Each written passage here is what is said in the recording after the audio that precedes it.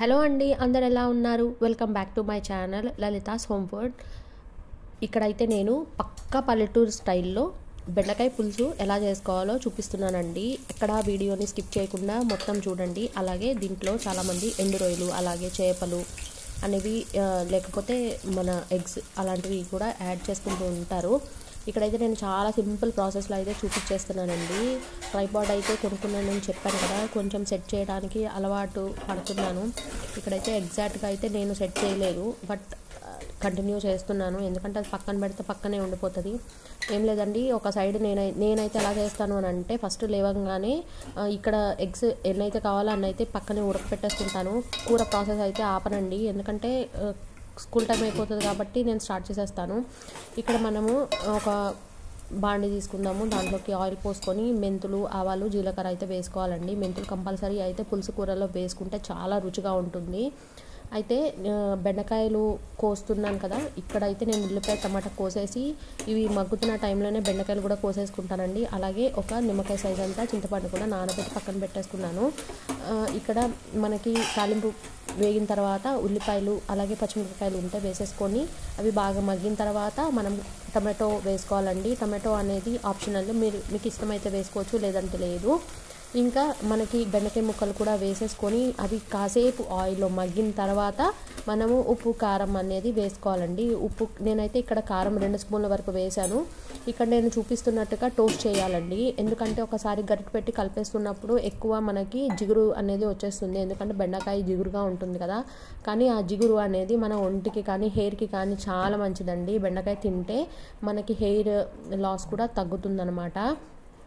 ఇంకా ఇక్కడ కొంచెం నీళ్ళు అయితే పోసి కొంచెం ఉడికిన తర్వాత చింతపండు రసం అయితే పోసేయాలండి. ఇక్కడ క్లిప్పింగ్ మిస్ అయింది, సో మీకు చూపించడం కోసం నేను జస్ట్ అలా చింతపండు చూపించి తీసేసాను. అలాగే మనకి పులుసుకి కన్సిస్టెన్సీ ఎంత కావాలో కొన్ని నీళ్లు పోసుకుంటే సరిపోతుంది. నేనైతే 1 గ్లాస్ ఆఫ్ వాటర్ అయితే పోసేసానండి. ఇంకా అది కాసేపు మగ్గనిద్దాము. ఈలోపు నేను ఇంకొక పని చేశానండి. ఎగ్స్ ఉడికిపోయాయి, అవి చన్నీళ్ళలో వేసేస్తే పెచ్చులు బాగా వచ్చేస్తాయి కదా, అవి అయితే నేను ఆ పని చేస్తున్నానండి. ఇవి కొంచెం మరుగుతుంది. ఈలోపు దాన్ని తీసి పక్క స్టవ్ మీద పెడుతున్నాను, ఎందుకంటే ఇక్కడ నేను ట్రైపాడ్ ఇక్కడికే సెట్ చేశాను, అవతల స్టవ్ అయితే కనిపించట్లేదు. అందుకని ఇది కొంచెం తీసి పక్కకు పెట్టి వేరే ప్యాన్ తీసుకొని జస్ట్ 1 స్పూన్ ఆయిల్ సరిపోతుందండి. ఎందుకంటే ఆల్రెడీ ఆయిల్లో కూరలో అయితే వేసుకున్నాం కదా, 1 స్పూన్ ఆయిల్ అలాగే కొంచెం పసుపు వేసి జస్ట్ ఇలా టోస్ట్ చేస్తూనే ఉండాలండి.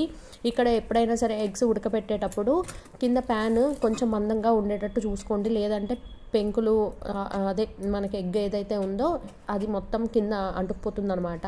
అలా ఉండకుండా ఉండాలి అని అంటే ఇలా మందపాటి దాంట్లో తీసుకొని మనం ఎగ్స్ అయితే ఇలా వేపుకుంటే బాగుంటుంది. యాక్చువల్గా చాలామంది నార్మల్గా వేసేసుకుంటారు, పర్వాలేదు, అలా కూడా కొంతమందికి నచ్చుతుంది, కొంతమందికి అయితే ఇలా నచ్చుతుంది. సో ఎక్కడ కూర ఆగలేదు, మనకు టైం కూడా వేస్ట్ అవ్వలేదు కదా. మధ్యలో ఈ ఎగ్ మరీ ఎక్కువ బాయిల్ అయినా బాగోదు, గట్టిగా అయిపోతుంది. సో మనం పులుసు దించేస్తాము ఒక 5 మినిట్స్లో అనగా ఇలా గుడ్లు అయితే వేసేసుకొని ఇంకా దానికి సరిపడా కొంచెం పంచదార అయితే వేసుకోవాలండి, లేదంటే చిన్న బెల్లం ముక్క అయితే సరిపోతుంది. ఎందుకంటే పులుపు అడ్జస్ట్ అవుతుంది అనమాట, మరి పుల్లగా ఉండకుండా ఉంటుంది. మీ దగ్గర కొత్తిమీర ఉంటే కొత్తిమీర కూడా వేసేసుకోండి. ఇంకా మా అబ్బాయికి అయితే లంచ్ బాక్స్ ప్యాక్ చేసేస్తున్నానండి. మీకు చెప్పాను కదా, వేరే గిన్నెలో అయితే కలిపి పెట్టేస్తానని. ఒక్కొక్కసారి ఫ్రై అయితే నార్మల్గా గిన్నెలో అయితే కలిపేస్తాను, ఇక్కడైతే వెడల్పాటి గిన్నెలో కలుపుతాను, ఎందుకంటే అవి మొత్తం బాగా కలవడం కోసం. మీరు కూడా ఇలానే చేస్తారా? ఇంకా మీకు వీడియోస్ ఎలాంటి వీడియోస్ కావాలనుకుంటున్నారో ఒకసారి నాకు కామెంట్ సెక్షన్లో కామెంట్ చేయండి. అలాగే వీడియోస్ చూస్తున్నందుకు చాలా థ్యాంక్ యూ అండి. ఫస్ట్ టైం నా ఛానల్ చూస్తున్నట్టయితే సబ్స్క్రైబ్ చేసుకోవడం అస్సలు మర్చిపోద్దండి. చేసే వాళ్ళకన్నా చూసే వాళ్ళు ఎక్కువ ఉన్నారు కాబట్టి చూసేవాళ్ళు మంచిని చూసినప్పుడు తప్పకుండా సబ్స్క్రైబ్ చేయండి. అలాగే లైక్ కూడా చేస్తూ ఉండండి, అప్పుడు మంచి మనకి పెరుగుతుంది.